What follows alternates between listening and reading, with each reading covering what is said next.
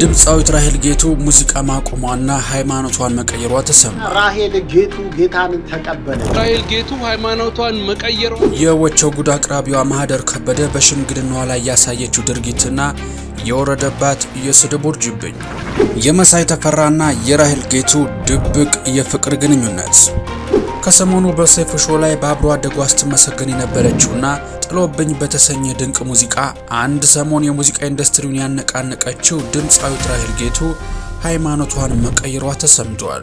ለመሆኑ ራሄል ጌቱ ከቴሜት አልበም በኋላ ከሚዲያ የጠፋችው ለምንድን ነው? እንዲሁም የወቸው ጉድ አቅራቢዋ ማህደር ከህዝቡ የትችት ናዳ እየወረደባት የሚገኘው በምን ምክንያት ነው? በጓደኞቿስ ሹገር ማሚ የሚል አሳፋሪ ቅጽል ስም የተሰጣት ለምን ነበረ? ጤና ይስጥልን የምንወዳችሁ፣ በዚህ ቪዲዮ ስለ ድምጻዊት ራሄል ጌቱ እስካሁን ያልተሰሙ ጉዳዮች ልናወጋችሁ ነው። ከመሳይ ተፈራ ጋር ያገናኛቸው ጉድም ታውቋል። ምን ይሆን? ስለ ኩያ ልጇና ስለ ልጅነት ፍቅሯ የሰማነውንም እናደርሳችኋለን። ለአብሮ አደጓ ሄኖክ ወንድሙ ስለዘረጋችው የታማኝነት እጇ፣ ለካ ራሄል ጌቱ ከብዙ ሰው ጋር ተጣልታለች በኔ ጉዳይ። እንዲሁም በሌላ በኩል የወቸው ጉድ በሽምግልናዋ ዝግጅት ላይ ያሳየችው ድርጊት ያስነሳባትን ጠንከር ያለ ትችት ዛሬ በሰፊው የምንዳስሳቸው ዋና ዋና ጉዳዮቻችን ናቸው። እናንተ ብቻ እንደተለመደው ላይክ እና ሰብስክራይብ የሚሉ ነጭና ቀይ ቀለሞችን መታ እያደረጋችሁ አብራችሁኝ ጥቂት ዝለቁማ። ድምጻዊት ራሄል ጌቱ የዝና ህይወቷ የጀመረው ገና በወጣትነቷ በሀገራችን ትልቅ ስምና ተጽዕኖ በነበረው የኛ በተሰኘው ታዋቂ ድራማ ፕሮጀክት ስር ተሰራ በነበረበት ወርቃማ ጊዜ ነው። በዚያው በእኛ ፕሮጀክት ቆይታዋና በወጣትነት ህይወቷ ወቅት ነበረ ራሄል የመጀመሪያ ልጇን ማፍራት የቻለችው። ነገር ግን በወቅቱ ራሄል የልጇን አባት ማንነት በይፋ ከመናገር በመቆጠቧ የተነሳ በኢንዱስትሪ ውስጥ አብሯት ይሰራ ከነበረውና የታዋቂው ሙዚቀኛ ተፈራ ካሳ ልጅ እንዲሁም የድምጻዊ ግርማ ተፈራ ካሳ ወንድም ከሆነው ከተዋናይና ከሙዚቀኛው መሳይ ተፈራ ጋር ፍቅር መጀመሯን ተከትሎ የልጇ አባት መሳይ ነው የሚሉ ግምቶችና ወሬዎች በሰፊው ይናፈሱ ጀመር። ሆኖም ግን የራሄል የልጇ አባት እንደተባለው አርቲስት መሳይ ሳይሆን ከሱ በፊት በአፍላነት እድሜዋ በጀመረችው የፍቅር ህይወቷ ያገኘቻት ልጇ ናት። አሁን ደርሳ ለተመልካች እኩያዋ እስክትመስል እናትና ልጅ እንዲህ በፍቅር አብረው ይታያሉ።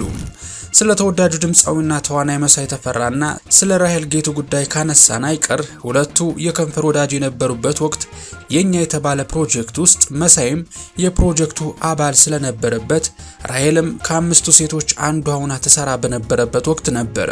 በወቅቱ ጥቂት ሰዎች ብቻ የሚያውቁትና ከሚዲያው ሙሉ በሙሉ የተደበቀ የልጅነት የፍቅር ግንኙነት የነበራቸው ቢሆንም የፍቅር ግንኙነቱ ግን ሳይሳካ ቀርቶ ከረጅም ዓመት በፊት ነበረ አንቺም በመንገድሽ እኔም በመንገድ ተባብለው የተለያዩትም። ታዲያ ድምጻዊት ራሄል ጌቱ እቴሜት የተሰኘውን አልበሟን ከለቀቀች በኋላም ከሙዚቃው ኢንዱስትሪ ሙሉ በሙሉ መጥፋቷ እንቆቅልሽ ሆኖ የቆየ ጉዳይ ነበር። ራሄል ጌቱም ከዘፈን ኢንዱስትሪው የራቀችበት እውነተኛ ምክንያት በመጨረሻም ፍንጩ ታውቋል። እምነቷን ከኦርቶዶክስ ወደ ፕሮቴስታንት እምነት መቀየሯ በሰፊው ከመወራት አልፎ ማስረጃዎች መውጣት ጀምረዋል። ራሄል በፕሮቴስታንት እምነት ውስጥ እጅግ ተወዳጅነት ካላትና ከዝነኛዋ ዘማሪት መስከረም ጌቱ ጋር በተደጋጋሚ በአንድ ላይ መታየቷ ጉዳዩ ከተራ ወሬ የዘለለ መሆኑን አረጋግጧል። በተለይም ከሰሞኑ ሁለቱ በአንድ ላይ የተነሱት አዲስ ፎቶ መውጣቱ ራሄል እምነቷን ስለመቀየሯ ለብዙዎች ጉዳዩን ሙሉ በሙሉ ያረጋገጠ መረጃ ሆኖላቸዋል። በዚህ ምክንያት ብዙዎች ከሙዚቃ ኢንዱስትሪው የራቀችው በዚሁ ምክንያት እንደሆነ መላምታቸውን እየሰጡ ይገኛሉ።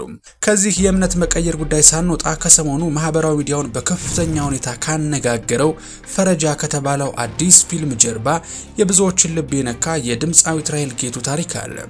አርቲስት ሄኖክ ወንድሙ ከሰሞኑ በሰይፉ ሾው ላይ ባደረገው ቃለ መጠይቅ እንደመሰከረው ፈረጃ የተሰኘውን ፊልም ለመስራት ከህዝብ ገንዘብ በመሰብሰቡ ህዝብ ዘርፈሃል በሚል በሱ ላይ የስም ማጥፋት ዘመቻ ሲከፈትበትና የቅርብ ጓደኞቹ በሙሉ ሲሸሹት ድምጻዊት ራሄል ጌቱ ግን አብሮ አደጌ ነው ብላ ከጎኑ ላፍታም እንዳልተለየች ስሙን ለሚያጠፉት ሁሉ ወገቧን ሸባርጋ ተከራከርለት እንደነበር አስታውሶ አመስግኗታል።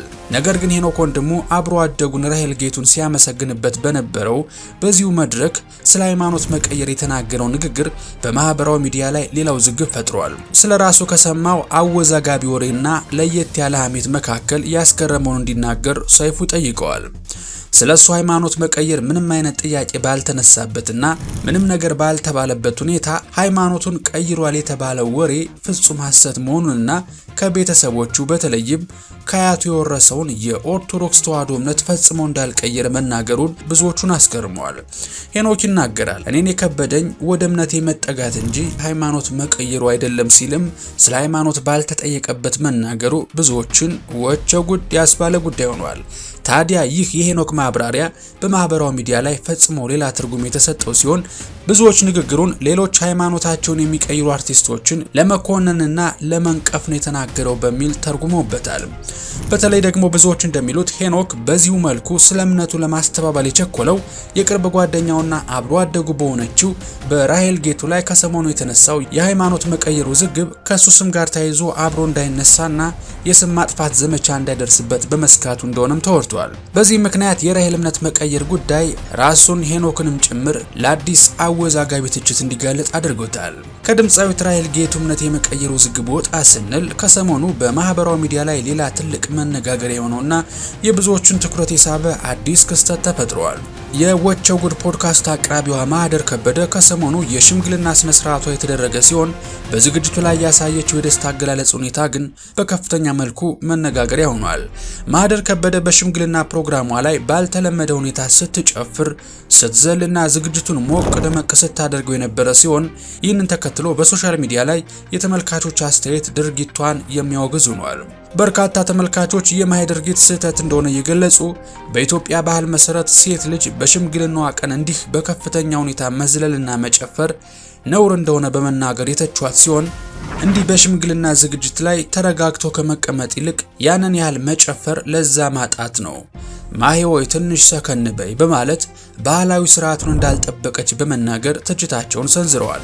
አልፎ ተርፎም አንዳንዶች በማሾፍ ይህ ሙሽራ በስለት ነው እንዴ የተገኘው እስከ ማለት የደረሱ ሲሆን ከዚህ በፊት በቀለበት ዝግጅቷ ላይ እጅግ ተደስቶ የነበሩ ብዙ ሰዎች በዚህ የሽምግልና ዝግጅት ላይ ባሳየችው ያልተለመደ የደስታ አገላለጽ ምክንያት ፊታቸውን አዙሮባታል። አልፎ ተርፎም ለመሆኑ ሙሽራው ቀርቷል ተብሎ ነበር እንዴ የሚሉ የትዝብት አስተያየቶችም በስፋት እየተሰነዘሩ ነበር።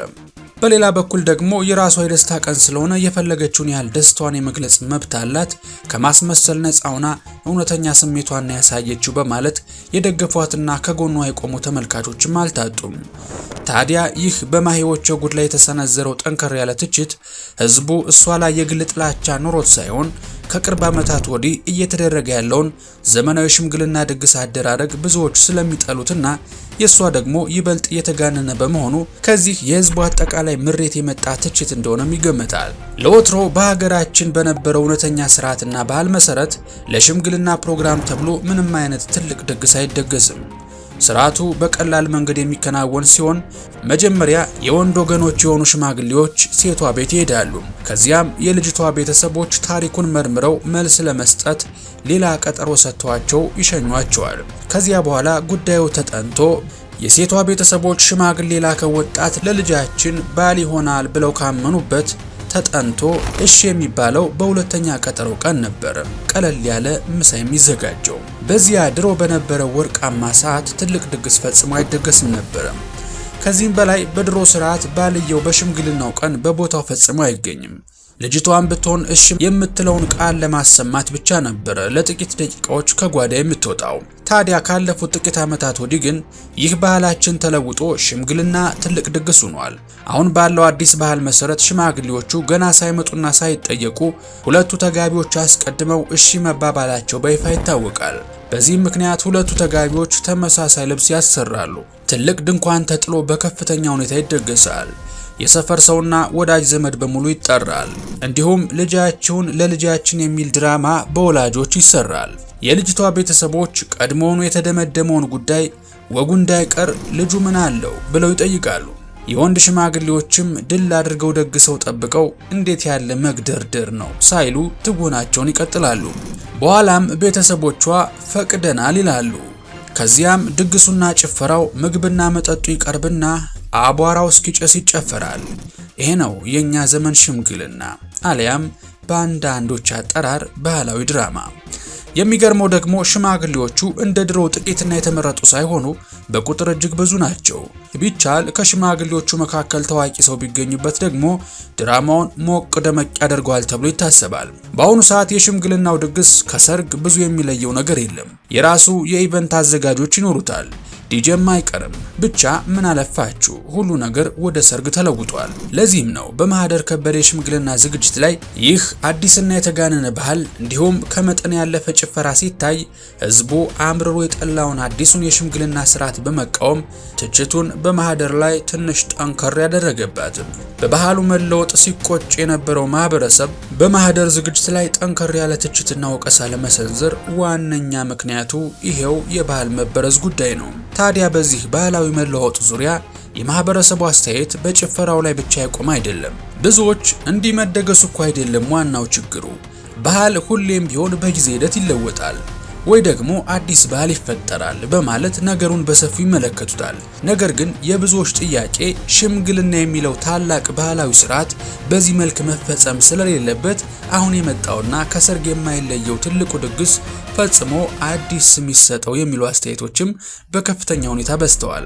በሌላ በኩል ደግሞ በወቸው ጉድ ፖድካስት አቅራቢዋ በማህደር ከበደ ላይ ለመፍረድ የከበዳቸውና በነገሩ ሰከን ብለው እሷን የተረዷት በርካታ ሰዎች ከጎኗ በመቆም ማሂ እዚህ ግንኙነት ውስጥ የገባችውና ይህንን የደስታ ቀን ያገኘችው ሙሉ በሙሉ ተስፋ ቆርጣ በነበረችበት አስቸጋሪ የህይወት ምዕራፍ ላይ ስለነበረ ነው የሰሞኑ ደስታዋ ከመጠን በላይ የበዛው በማለት ከጎኗ ቆመው እየተከራከሩላት ይገኛሉ።